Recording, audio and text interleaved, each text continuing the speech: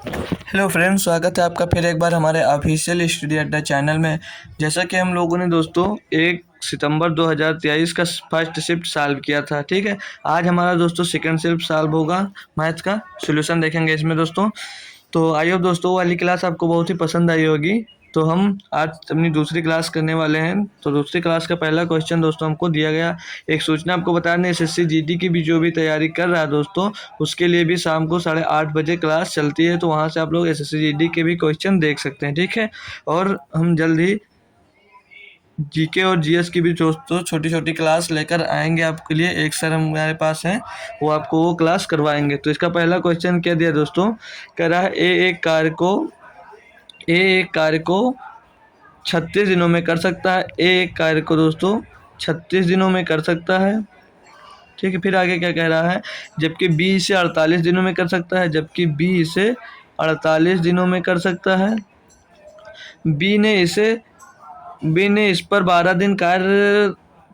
12 दिनों तक कार्य किया और इसे छोड़ दिया। शेष कार्य पूरा करने में ए का कितना समय, कितना मतलब ए को कितने दिन लगेंगे। तो 36 और 48 का रेशियो क्या होगा, तो 12 मिल जाएगा, 3 नहीं मिलेगा। ठीक है, मतलब 144 इनका रेशियो आ जाएगा ना, 144। तो ये एक दिन में कितना कार्य करेगा दोस्तों, 4, और ये एक दिन में कितना कार्य करेगा, 3। फिर बी कार्य किसने छोड़ दिया, कह रहा है बी ने 12 दिन कार्य करके शेष कार्य छोड़ दिया। तो 12 दिन बी ने किया, तो 12 3 36 कार्य हो जाएगा इसका। आप यहाँ से इसमें 36 दोस्तों माइनस कर देंगे, तो 14 में 6 के बचेगा 8। तो यहाँ पर ये बचा 13, 13 में 3 का 10 यानी कि 0 बच जाएगा, और 1 का 1 ये बच जाएगा। तो 108 बच गया। अब पूछ रहा है शेष कार्य ए कितने दिनों में करेगा। ए एक दिन में 4 कार्य करता है। आप इसको 108 को 4 से डिवाइड कर देंगे, 4 दूनी 8, 4 7 28। शेष कार्य दोस्तों ए 27 दिनों में करेगी। ठीक है, तो आइए दोस्तों क्वेश्चन समझ में आ गया आपको। क्वेश्चन नंबर 2 देखते हैं क्या दिया है, कि एक पुलिसकर्मी एक चोर का पीछा करता है जो उससे 630 मीटर आगे है। यदि वे क्रमशः 9.5 किलोमीटर प्रति घंटे और 6.5 किलोमीटर प्रति घंटे की गति से दौड़ता है, तो पुलिसकर्मी द्वारा पकड़े जाने से पहले चोर कितनी दूरी किलोमीटर में 1 स्थान तक ज्ञात करना है। दौड़ता है, तो मतलब यहाँ पर किसकी दूरी, चोर की गति यहाँ पर हमें, मतलब चोर कितनी दूरी पर पहुंचेगा वो दिखाना है। तो हम यहाँ पर दोस्तों रेशियो से ये हम करेंगे। तो चोर की गति जो दी गई है दोस्तों, चोर और पुलिस की गति क्या दी है, स्पीड 6.5 और 9.5, ये इनकी गति दोस्तों दी गई है, जितनी गति से भागते हैं। आपने पढ़ा यस बराबर, मतलब speed is equal to distance upon time. जब समय दोनों का सेम हो तो स्पीड प्रोपोर्शनल टू डिस्टेंस हो जाती है, यानी कि दूसरी इनकी स्पीड क्या हो जाएगी दोस्तों, 13 रेशियो 19 हो जाएगी। ठीक, पॉइंट से पॉइंट हट जाएगा, तो इनकी जो स्पीड हो जाएगी, इनको सॉल्व कर रहे हैं, इनको सॉल्व करने के बाद इनका रेशियो आ जाएगा 13 रेशियो 19। 5 से इसको काट दिए। ठीक है, मतलब ये पॉइंट से पॉइंट हटाकर इनको काट दिए, हमारी स्पीड निकल गई। तो स्पीड इनकी प्रोपोर्शनल होती है, तो डिस्टेंस क्या हो जाएगी, दूरी हो जाएगी 13। समान है तो समान ही रहेगी, तो 13 रेशियो 19 हो जाएगी। अब जो ज़्यादा वाली दूरी है दोस्तों वो पुलिस की है, और कम वाली चोर की है। तो यहाँ पर कह रहा था इनके बीच का डिफरेंस कितना है दोस्तों, 6। इनके बीच का डिफरेंस दोस्तों दिया है 6, हमको 6 दिया है, और 6 बराबर बोल के ना कि 630 मीटर दूरी आगे है। तो 6 बराबर डिफरेंस, मतलब पुलिस ने जब उसको देखा तो 630 मीटर दूरी था, तो इनके बीच का डिफरेंस 6 है। 6 बराबर कितना दिया दोस्तों, 630 दिया है। ठीक है, तो 1 बराबर यहाँ से हमको कितना मिल जाएगा, 6 का नाम 6 और 6 पंचे 30, तो 105 मिल जाएगा। आपको गति किसकी पूछ रही है, कि चोर कितनी दूरी, तो चोर की दूरी कितनी, 13। तो आप लोग यहाँ पर 13 से इसको मल्टीप्लाई कर देंगे, तो 13 बचे 65 के 5, हासिल आएगा मतलब 6, 13 सुनम सुन तो 6 ही हो जाएगा। ठीक है दोस्तों, और 13 बचे 65 के 5 होगा वहाँ पर लास्ट में, 13 बचे 65 के 5, हासिल आएगा 6, तो 13 सुनम सुन तो 6 हो जाएगा, 13 का नाम 13, तो यहाँ पर हो जाएगा 1365। अब ये पूछ रहा है किस में जाता है, किलोमीटर में। ये निकल कर आपके किस में आया दोस्तों, यह है मीटर में। तो इसको आप 1000 से डिवाइड कर देंगे तो आपको किलोमीटर में आंसर आ जाएगा। तो ये हो जाएगा 1.365। 1.365 को आप लिख सकते हैं 1.4, क्योंकि ये 5 से ज़्यादा, तो एक हम इधर ले सकते हैं। 1 दशमलव तक पूछा था, तो 1.42। तो दोस्तों ऑप्शन नंबर हमारे यहाँ पर ए हम सही इसको बोल सकते हैं। ठीक है, तो ऑप्शन नंबर इसका एकदम सही जवाब हो जाएगा। क्वेश्चन दिया दोस्तों हमको a प्लस बी का होल स्क्वायर, और यहाँ पे दोस्तों मल्टीप्लाई में जो लिखा है ये ए क्यूब लिखा है, ठीक है। टू यहाँ पे हिंदी में टू लिखा है, वहाँ पे इंग्लिश वाला सही, ठीक है। ए प्लस बी का होल स्क्वायर, फिर ए माइनस बी का होल क्यूब, कामा ए प्लस बी का होल क्यूब, फिर कामा ए स्क्वायर माइनस बी स्क्वायर का चौथा अनुपातिक यहाँ पर हमें दोस्तों निकालना है। चौथा अनुपातिक निकालना है, तो दिया ए स्क्वायर, ए प्लस बी का होल स्क्वायर दिया है, ए प्लस बी का होल स्क्वायर, तो लिख लेंगे हम ए प्लस बी का होल स्क्वायर, मल्टीप्लाई में दिया है ए क्यूब माइनस बी क्यूब, ए क्यूब माइनस का बी क्यूब दिया है, फिर ब्रैकेट बंद, बटे में आ जाएगा आपका ये तीसरा वाला, दूसरा वाला ए क्यूब प्लस बी क्यूब, ठीक है, ये दिया है। बराबर में दिया है a square minus B square, a square minus B square बटे में डी, ये चौथा अनुपातिक हमें यहाँ से निकाल कर यहाँ पर दोस्तों दिखाना है। तो हम ए प्लस बी का होल स्क्वायर और ए क्यूब, जो ए क्यूब माइनस बी क्यूब का दोस्तों फार्मूला यहाँ से हमारा क्या बन जाएगा, ए क्यूब माइनस बी क्यूब का फार्मूला बनेगा हमारा, यहाँ पर मल्टीप्लाई कर दीजिए, एक ब्रैकेट में आपको बनेगा ए माइनस बी, और दूसरे ब्रैकेट में होगा a square plus b square, a square plus b square plus a b, ये हमारा बनेगा फार्मूला ए माइनस बी का होल स्क्वायर का, a cube minus b cube का। फिर a cube plus b cube का फार्मूला यहाँ से क्या बनेगा, ए प्लस बी, दूसरे ब्रैकेट में a square plus b square plus a b, minus a b बनेगा, ये माइनस ए बी बनेगा, ठीक है। ये फार्मूला शायद आपको जरूर याद होंगे दोस्तों। इस साइड में ए स्क्वायर और माइनस बी स्क्वायर को एक ब्रैकेट में हम लिख सकते हैं ए प्लस बी, और एक ब्रैकेट में इसको हम लिख सकते हैं ए माइनस बी, ठीक है। यहाँ तक समझ में आ गया, बटे में हमारा डी होगा, ठीक है। ये दोस्तों मल्टीप्लाई में इधर दिया गया। अब हम इसको जब सॉल्व करते हैं तो क्या देख सकते हैं, ए प्लस बी से ये एक ए प्लस बी खत्म हो गया, और इस साइड से ये दोनों खत्म हो गए, ठीक। फिर और क्या दिया है, इस साइड में ए माइनस बी दिया है, तो ए माइनस बी से ए माइनस बी हमारा कैंसिल हो गया, तो डी बराबर क्या मिल जाएगा दोस्तों, डी बराबर ये वाला ऊपर आ जाएगा, ये तो ये ऊपर आ जाएगा और बट्टे में ये वाला आ जाएगा। तो यहाँ पर लिख लीजिए, मैं जगह नहीं, तो a square plus b square plus b square plus a b,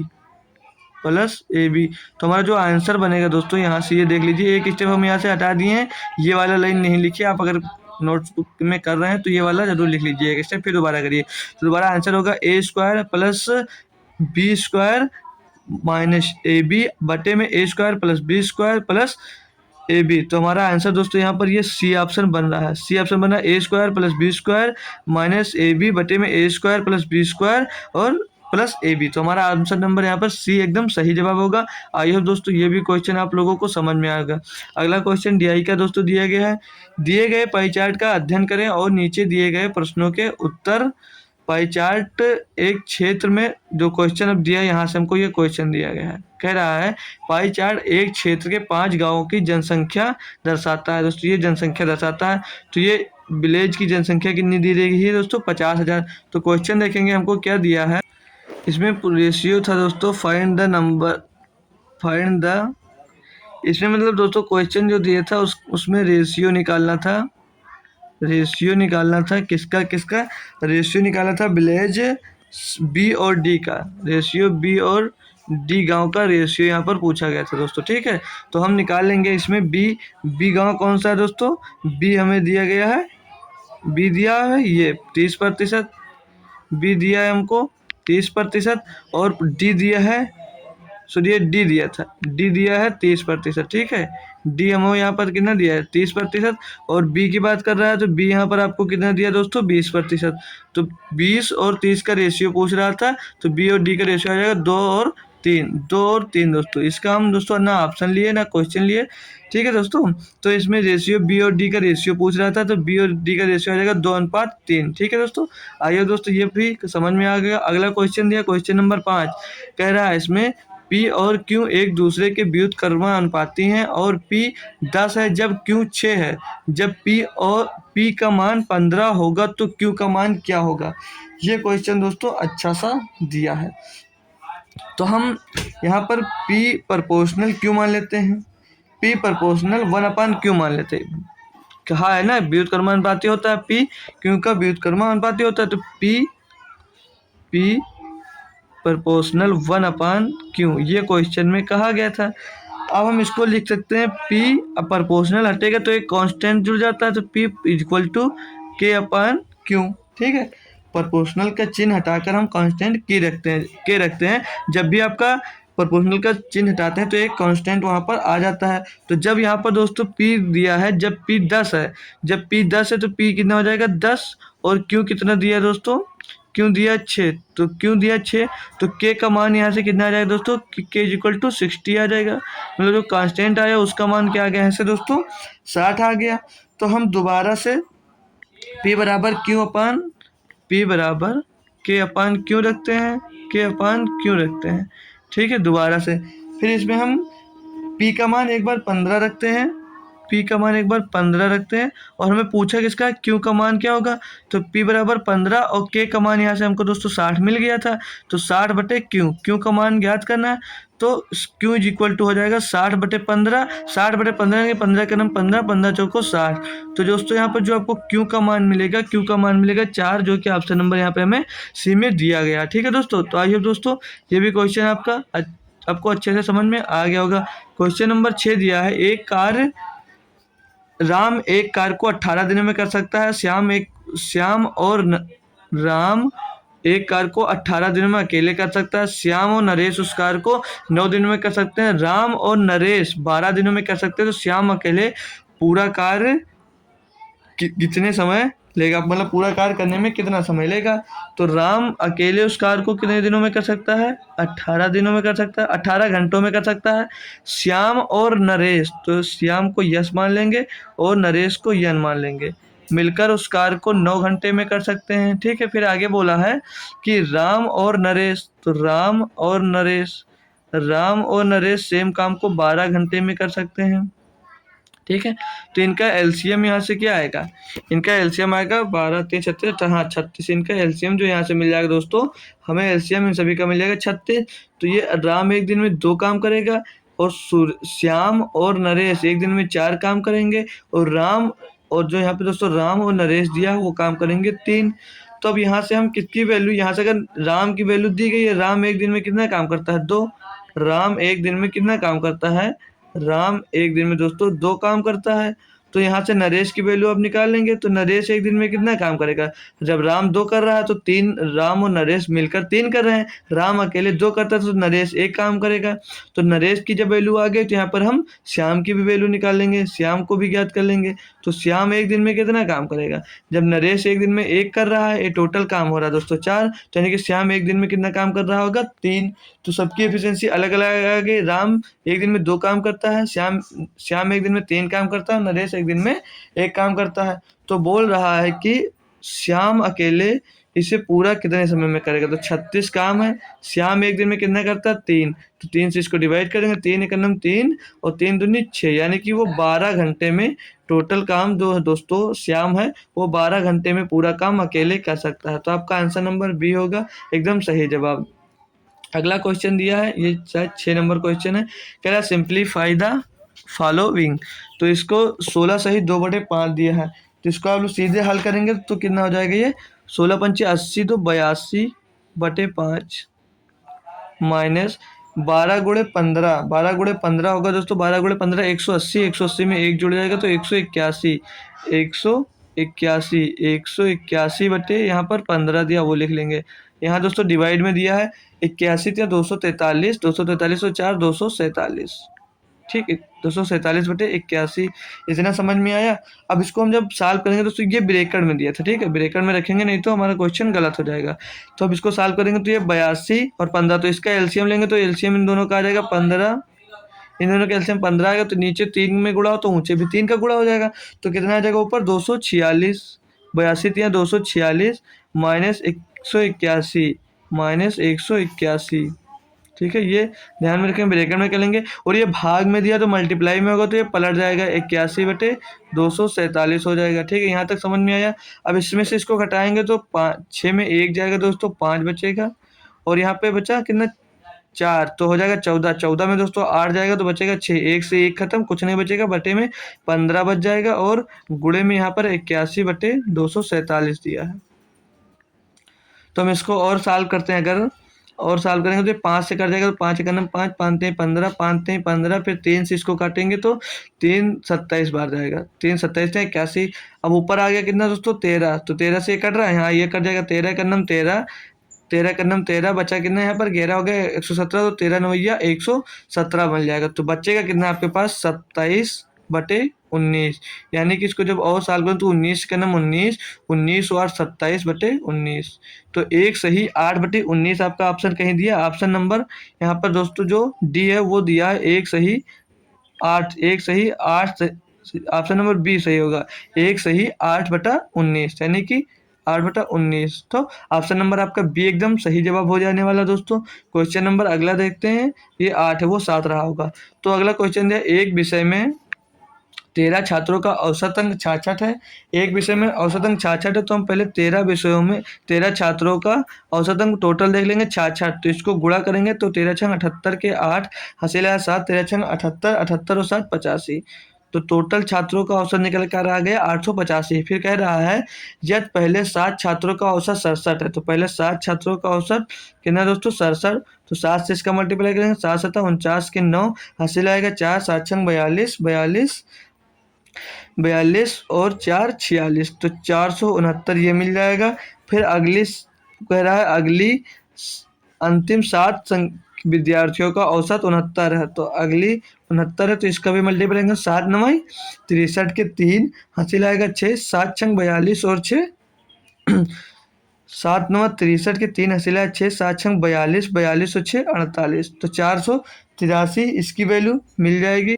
तो अब आप इन दोनों को जोड़कर इसमें से घटा देंगे, तो 9 3 12 के 2, हासिल आया 1, 8 6 14 और 1 15 का 5, हासिल आया 4 4 8 1 9, 952 आया और टोटल की थी 858। तो अंतिम पूछ रहा था कि सातवें का विद्यार्थी का अंक, तो सातवें का निकालें, ऐसे घटा देंगे, 12 में 8 गया 4, यहाँ पर बचा 4, 4 हो जाएगा 14, 14 में 5 जाएगा 9, यानी कि जो अंतिम सातवें का था दोस्तों, अंतिम सातवें का अंक कितना था दोस्तों 94।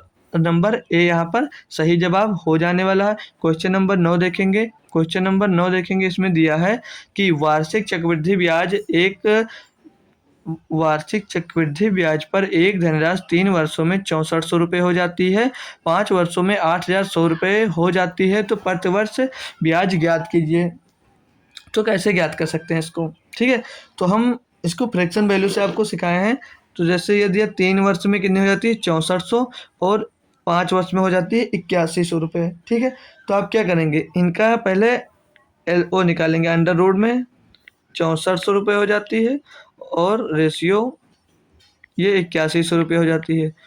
तो इसको जब आप इसको जब दोस्तों बाहर निकालेंगे तो बाहर निकालने से पहले आप इसको कैलकुलेट करें तो ये 0 से 0 कैंसिल हो जाएगा। अब बाहर आएगा तो 64 का रेशियो 8 और 9 का 81 का रेशियो हो जाएगा 9, ठीक है।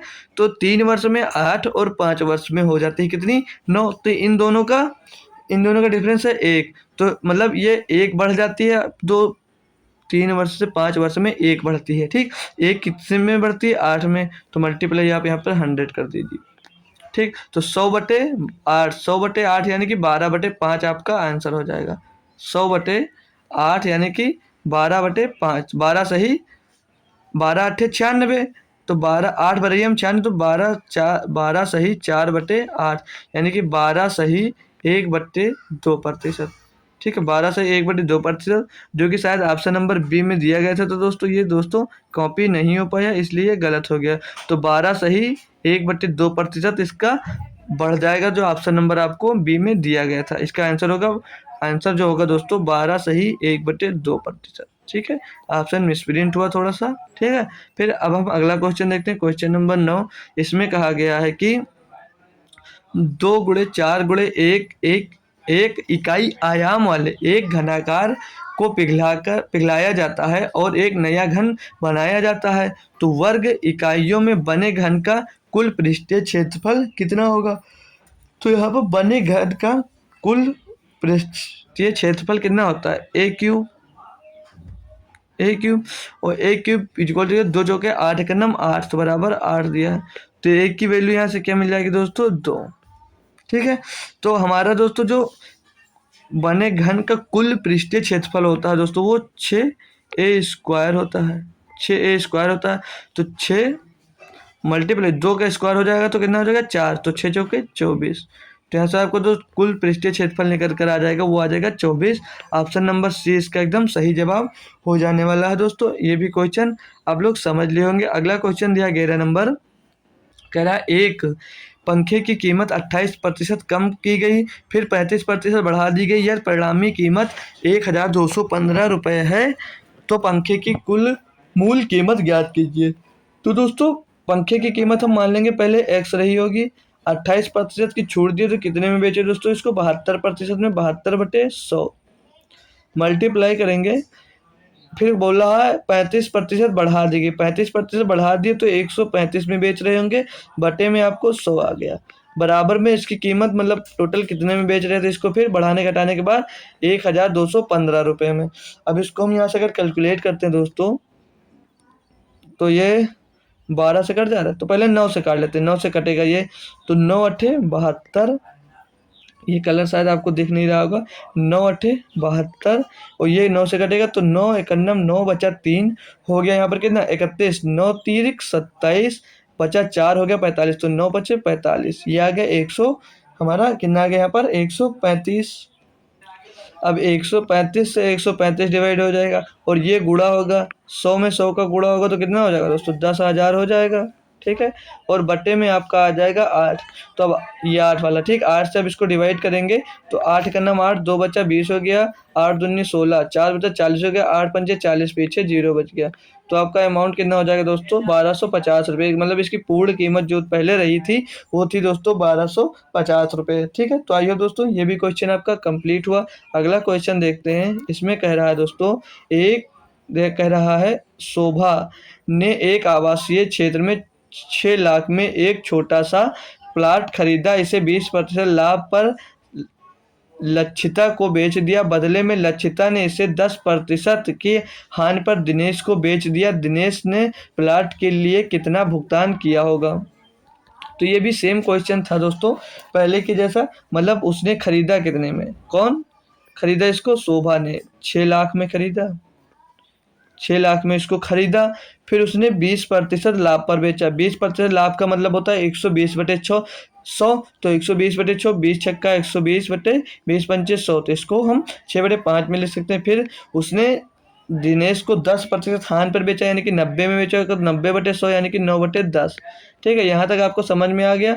अब इसको आप लोग कैलकुलेट कर सकते हैं, तो 0 से ये 0 1 आपका कैंसिल हो जाएगा, 5 से इसको काटेंगे तो 5 का नाम 5, 5 दूनी 10, यहाँ पर फिर कितना आ जाएगा दोस्तों ये 12,000, 12,000 का गुणा होगा 6 9 54 से, तो 6 से पहले गुणा कर लेते हैं, तो 6 शून्य शून्य 6 शून्य शून्य 6 शून्य शून्य 6 दूनी 12, 6 का नाम 6 तो 1 7, तो 72 आ जाएगा ये, यहाँ पर मतलब 72,000 आ जाएगा। अब 72,000 का गुणा 9 से कर देंगे और आपका आंसर आ जाएगा, तो 9 शून्य शून्य 9 शून्य शून्य 9 शून्य शून्य 9 दूनी 18 के 8 हसीला 1, 9 सते 63 और 1 64, यानी कि वो तो जो थी ये लक्षिता ने इसे कितने में बेचा, दिनेश को भुगतान किया 10% पर, तो दिनेश के लिए भुगतान किया था तो 64, यहाँ पे दिया 6,48,000, मतलब जो दिनेश ने भुगतान किया उसे वो भुगतान किया 6,48,000 रुपये, जो कि ऑप्शन नंबर यहाँ पर बी में दिया गया, तो दिनेश का भुगतान था 6,48,000 रुपये। फिर अगला क्वेश्चन में दिया है दोस्तों कि तरह को संस्कृत में, यहाँ तरह नहीं दोस्तों छात्र रहा है, ठीक है छात्र, ठीक, तो क्वेश्चन दिया छात्र को संस्कृत, अंग्रेजी, गणित, सामाजिक और कंप्यूटर विज्ञान में क्रमशः 62 अंक, 58 अंक, 72 अंक, 58 अंक और 83 अंक मिले। गणित और सामाजिक और कंप्यूटर विज्ञान में उनके औसत अंक संस्कृत और अंग्रेजी और गणित में उसके अंकों से कितना अधिक है। तो पूछ रहा है, पहले देख लेंगे जो क्वेश्चन में कह रहा है वो देखिए, कह रहा है गणित यानी कि मैथ, सामाजिक विज्ञान मतलब यस मान लेंगे, और कंप्यूटर यानी कि सी। तो इसका अंक पहले दिया था कितना, गणित का कितना दिया, इसमें दिया पहले संस्कृत और अंग्रेजी फिर गणित, तो संस्कृत अंग्रेजी गणित, तो गणित कितना दिया दोस्तों 72, फिर सामाजिक कितना दिया था दोस्तों 58, फिर कंप्यूटर कितना दिया था 83। ठीक है, तो इनको जोड़ने के बाद टोटल 3 से हम दोस्तों डिवाइड कर देंगे, ये 83 दिया है तो इनका टोटल पहले कर लेंगे। तो 72 और जोड़ लेंगे, 8 2 10 3 13 के 3 हासिल आया 1। ठीक है, फिर ये जोड़ा 7 5 12 12 8 20 और 1 21 213/3, तो ये कितना मिल जाएगा 3 से 21, 3 1 3, ये मिल जाएगा 71। फिर आगे जो बात कर रहा है, कह रहा है संस्कृत अंग्रेजी गणित, तो संस्कृत अंग्रेजी गणित, तो आगे के 3 नंबर जोड़ लेंगे यहीं पर। तो 2 8 2 10 2 12 के 2 हासिल आया कितना 1, फिर 6 7 5 12 और 7 19, यानी कि 192/3। तो इनका भी औसत निकलेगा, तो 3 छक 18 3 चौक 12, यानी कि इनका औसत आ गया कितना 64। तो 71 और माइनस 71 और 64 का डिफरेंस पूछ रहा है, 71 और 64 का डिफरेंस होगा 7। तो इन गणित में उसके औसत अंकों से अधिक है, तो इनके बीच का दोस्तों डिफरेंस पूछा जा रहा था। ठीक है, क्वेश्चन में इनके बीच का डिफरेंस पूछ रहा औसत अंकों से, गणित में उसके औसत अंकों से कितना अधिक है। तो 64 से 71 कितना अधिक है, तो 7। ठीक है, तो 7 ये अधिक है दोस्तों। तो आप 13 नंबर क्वेश्चन भी हमारा सॉल्व हो गया। अगला क्वेश्चन दिया है हमको दोस्तों, अगला क्वेश्चन दिया है कि साधारण ब्याज पर जमा की गई एक धनराशि 3 वर्षों में 1020 रुपये तथा 2 वर्षों में 980 रुपये हो जाती है, तो जमा की गई राशि ज्ञात कीजिए। तो इनके बीच का डिफरेंस मतलब 2 वर्षों में 980 और 3 वर्षों में 1020 रुपये हो जाते हैं, तो इनके बीच का डिफरेंस 40 हो गया। तो 40 बढ़ा किस में 980 रुपये में, 980 रुपये में बढ़ा, तो मल्टीप्लाई आपको कितना कर देना है 100 कर देना है। यहाँ पर दोस्तों अगर ब्याज निकालना होता मतलब परसेंटेज पूछा होता तो हम ये कर सकते, लेकिन यहाँ जमा की गई राशि पूछी है, तो राशि पूछी तो राशि हम कैसे ज्ञात करेंगे। यहाँ पर दिया है 1020 3 वर्षों में हो जाती है, 1020 3 वर्षों में हो जाती है, 2 वर्षों में कितनी होती है 980। तो 1 वर्ष का ब्याज कितना मिल जाएगा, मान लीजिए 1 साल का जो ब्याज होगा, साधारण ब्याज ही दिया था, तो 1 साल का ब्याज कितना मिलेगा यहाँ से दोस्तों, 1 साल का ब्याज मिलेगा 40 रुपये। 1 साल का ब्याज दिया यहाँ पर 40 रुपये। ठीक है, 1 साल का ब्याज 40 रुपये दिया, तो दूसरे साल का ब्याज कितना हो जाएगा, दूसरे साल का ब्याज कितना हो जाएगा दोस्तों, दूसरे साल का ब्याज मतलब 2 साल में 980 हो जा रही है, बता रही है, और ब्याज साधारण थी तो 40 गुणे 2 यानी कि कितनी हो जाएगी 80। 2 साल में उसको 80 रुपये की ब्याज मिलेगी, तो 2 साल में अमाउंट हो रहा था 980। तो 980 से जब दोस्तों आप 80 घटा देंगे तो कितना बचेगा, यहाँ पर 900 ही बचेगा, यानी कि उसकी जमा की गई जो राशि थी दोस्तों वो 900 रुपये थी। ऑप्शन नंबर डी में दिया गया था दोस्तों। ठीक है, डी हमारा एकदम सही जवाब हो जाने वाला है। अगला क्वेश्चन नंबर 15 में पूछा गया है, समृद्धि ने एक सोने की अंगूठी 26% हानि पर बेची, यदि सोने की अंगूठी का क्रय मूल्य 8,500 सॉरी दोस्तों 38,500 रुपये है, तो सोने की अंगूठी का विक्रय मूल्य ज्ञात कीजिए। दोस्तों क्वेश्चन आसान है ये वाला, 38,500 रुपये की बात कर रहा है, 38,500 रुपये की बात कर रहा है, बोला है 26% हानि पर बेची। तो हम क्या कर सकते हैं, अगर इसका दोस्तों पहले 25% निकालें, 25% मतलब होता है क्या 1/4, 25% मतलब होता है दोस्तों 1/, हानि पर बेची तो 3/4। पहले दोस्तों ये 26% को हम कैसे लिख सकते हैं, 25% प्लस 1% लिख सकते हैं, तो टोटल ये 26% आ जाएगा। तो हम इसका दोस्तों जब पहले हम कितना निकाल लें 25% निकाल लेते हैं, अगर हम 38,500 का पहले 25% निकाल लीजिए। ठीक, 25% तो 25/100 होगा, तो ये कैंसिल हो जाएगा। ठीक है, तो हम ज्ञात कर लेंगे इसको, मतलब निकालेंगे, तो 25 हम 125 का 5 हसीला 12, 25 अट्ठे 200 और 12 212 हसीला मतलब हो जाएगा, 212 का 2 हसीला आ जाएगा 21, हासिल आ जाएगा कितना 21। तो 25 या 75, 75 और 21 हो जाएगा 96। ये मिल गया दोस्तों 25%। आपको 1% और निकाल लेना, तो 1% निकालेंगे तो 1% होगा यहाँ पर 385। अब यहाँ पर आप 385 दोस्तों इसमें जोड़ दीजिए, तो 5 5 10 का 0 हसीला 1। ठीक है, और 8 2 10 11 के 1 हसीला 1, और 6 3 9 1 10 और हासिल 6 3 9 और 1 हासिल 10, 10 का 0 फिर हसीलेगा गया, तो 101 मतलब 10,010 रुपये। 10,010 रुपये की उसको हानि हुई, किस में हानि हुई 38,500 में, तो आप इसको घटा देंगे इसमें से। ठीक है, 38,500 में आप जब इसे घटा देंगे तो जितनी उसकी हानि हो रही वो निकल आएगी, 10,010 रुपये की हानि हो रही थी दोस्तों। अब इसमें से घटा दीजिए, तो यहाँ पर 0 और यहाँ पर हो जाएगा 10, 10 से 1 जाएगा तो बचेगा 9, 10 से 1 जाएगा तो बचेगा 9, और यहाँ पर बचा कितना 5, तो बच जाएगा 4 बचा, तो 4 नीचे आ जाएगा, और यहाँ पर 8 बचा, 8 का 8 उतर आएगा और ये 2 3 में से 1 जाएगा तो 1 घट जाएगा, तो 28,490 रुपये उसकी कीमत होगी कितनी? 26% आन पर बेचने पर। ठीक है दोस्तों। तो आइए दोस्तों अगला क्वेश्चन है दोस्तों 16 नंबर। यहाँ पर जो वैल्यू दी गई है x minus y is a factor of 2x² plus 12 के एक्स, फिर 26 कहाँ से दे दिया इसमें, नीचे दिया गया। ये दोस्तों वैल्यू सही है आपकी, ये वाली देखिएगा, ये यार एक्स माइनस 2 प्लस 12 के एक्स माइनस 25 के का एक गुणनखंड है, तो के का मान ज्ञात कीजिए। यानी कि एक्स माइनस 2 फैक्टर है इसका, तो एक्स माइनस 2, तो यहाँ पर हम एक्स इज इक्वल टू कितना ले लेंगे 2। ठीक है, एक्स इक्वल टू 2 आ जाएगा, इसको बराबर जब 0 रखेंगे। अब इनकी वैल्यू पुट करेंगे तो 2 मल्टीप्लाई एक्स स्क्वायर दिया है, यानी कि 2 का स्क्वायर 4 होगा, तो 4 लिख दीजिए यहाँ पर।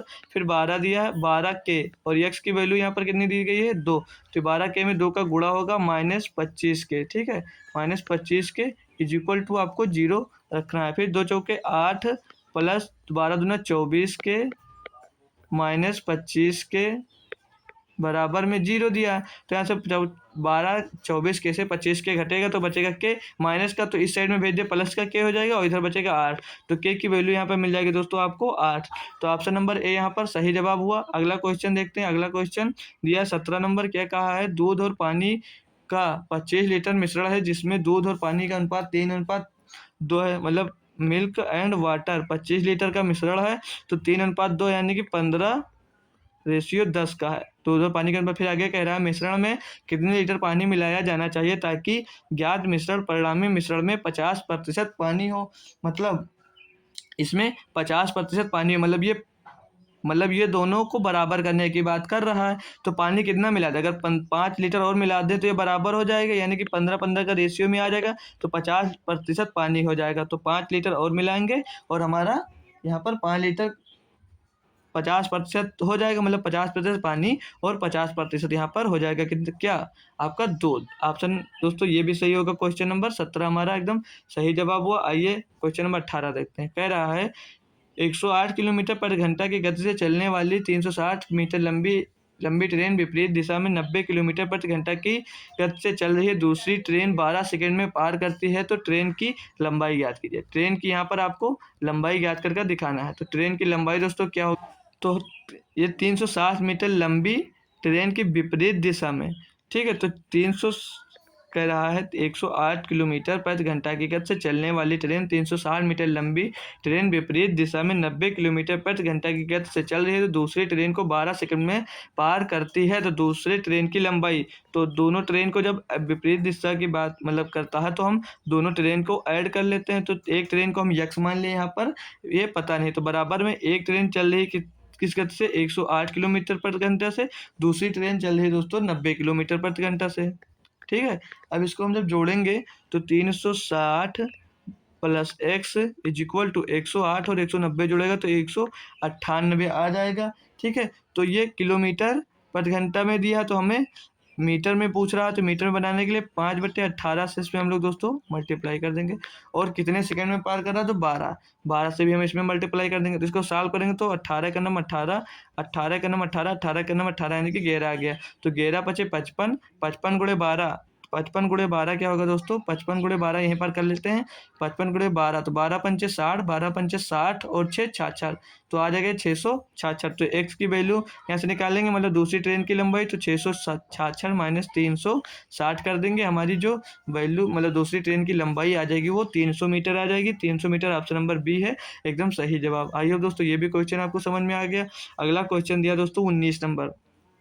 इसमें बोल रहा है एक समलंब आकार के मैदान का क्षेत्रफल 1720 वर्ग मीटर है। इसकी समांतर भुजाओं के बीच की दूरी 40 मीटर है और एक समांतर भुजा की लंबाई 48 मीटर है। दूसरी समांतर भुजा की लंबाई मीटर में क्या है? तो फार्मूला क्या होता है दोस्तों? फार्मूला होता है 1/2 पैरेलल डिस्टेंस, तो दिया है कितना 48 मीटर, प्लस पूछा है समांतर भुजा की लंबाई 48 मीटर से दूसरी समांतर भुजा की लंबाई ज्ञात करना है, तो ये एक्स ज्ञात करना है। ठीक है, गुणे में सबकी जो बीच की इनकी दूरी कितनी है दोस्तों 40 मीटर की। अब इनकी वैल्यू बराबर में कितना पूरा, इनका क्षेत्रफल कितना दे रहा है दोस्तों? समलंग मैदान का क्षेत्रफल 1720 वर्ग मीटर दिया। इसको सॉल्व करेंगे, 2 से काटेंगे तो यहाँ पर ये 20 आ जाएगा। फिर दोस्तों 20 से अगर हम 1720 को काटेंगे तो 20 करने में 20, 20 छक्का 160, 20 छक्का 100, 20 अट्ठे जाएगा, 20 अट्ठे 160, बचेगा 12, 120, 20 छक्का 120, तो आ गया कितना 86। अब ये दोस्तों यहाँ पर x प्लस 48 है तो उस साइड कितना है 86, तो 48 इधर जाएगा तो माइनस का हो जाएगा, तो x का मान यहाँ से निकाल लेंगे। 48 से 86, 86 से 48 तो 16 में 8 गया, 8 बचा, यहाँ पर बचा 7, 7 से 4 जाएगा तो 3, तो x की वैल्यू आ गई कितनी, तो दूसरी जो भुजा की लंबाई होगी दोस्तों वो 38 मीटर होगी। ऑप्शन नंबर ए यहाँ पर सही जवाब होगा। ये भी क्वेश्चन हमारा तो आई होप दोस्तों ये क्वेश्चन आपको क्लियरली समझ में आ गया होगा। तो अब हमारे क्वेश्चन दोस्तों खत्म हुए। 20 क्वेश्चन की सीरीज थी बट एक क्वेश्चन इसमें दोस्तों अच्छा नहीं है, मतलब विजुअल सही से दिख नहीं रहा है, डीआई का था, तो हम दोस्तों उसको अगले शिफ्ट में कर लेंगे। तो ये वाला क्वेश्चन था दोस्तों, तो ये अच्छे से यहाँ पे हमको दिख नहीं रहा है, इसमें इसकी जो डाटा दिए गए हैं वो अच्छे से दिख नहीं रहा है, तो ये क्वेश्चन दोस्तों हम लोग नहीं करेंगे। दोस्तों जितने क्वेश्चन अब तक किए 19 क्वेश्चन, ये दोस्तों मोस्ट इंपॉर्टेंट क्वेश्चन थे आपके लिए, क्योंकि ये जो हमारी शिफ्ट थी दोस्तों ये 1 सितंबर 2023 की सेकेंड शिफ्ट में जो पूछा गया था वो क्वेश्चन था, ठीक है। ये जो 1 सितंबर की सेकेंड शिफ्ट को पूछा गया था वो क्वेश्चन थे दोस्तों इसमें। अगली शिफ्ट हमारी 1 ही सितंबर की थर्ड शिफ्ट होने वाली दोस्तों, तो उसे भी आप लोग देखना ना भूलें दोस्तों, ठीक है। तो आइए दोस्तों आपके सारे क्वेश्चन समझ में आ गए होंगे, आपको सारे क्वेश्चन दोस्तों अच्छे से समझ में आ गए होंगे दोस्तों। आशा करता हूँ समझ में ज़रूर आए होंगे दोस्तों। अगर नहीं आया है, कोई भी दिक्कत हो रही है आपको, तो आप क्वेश्चन में किसी भी क्वेश्चन में आपको दिक्कत हो रही है तो आप हमारे टेलीग्राम चैनल से जुड़ जाइए, या तो हमारे इस नंबर पर आप अपना डाउट भेज सकते हैं। आपको डाउट दोस्तों वहाँ पर ज़रूर सॉल्व कर दिया जाएगा दोस्तों।